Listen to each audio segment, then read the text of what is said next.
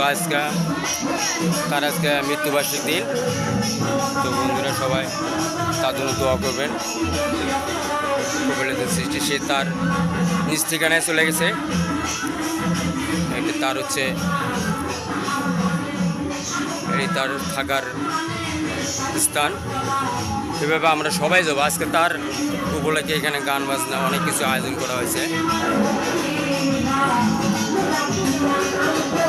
তার আয়োজন করেছে অনেক, এখনো কেউ আসে না, এখনো গান বাজনা শুরু হয় নাই। তো একটু পরে হয়তো সবাই গান বাজনা শুরু হবে আর কি। সবাই আসবেন, আমাদের এই দরবারে সবাই আসবেন ইনশাল্লাহ। সবাইকে দাওয়াত রইল।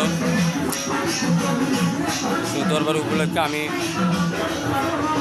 একটু আগরবাতি মোমবাতি দেবো। খরচ না কে এখান থেকে ধর।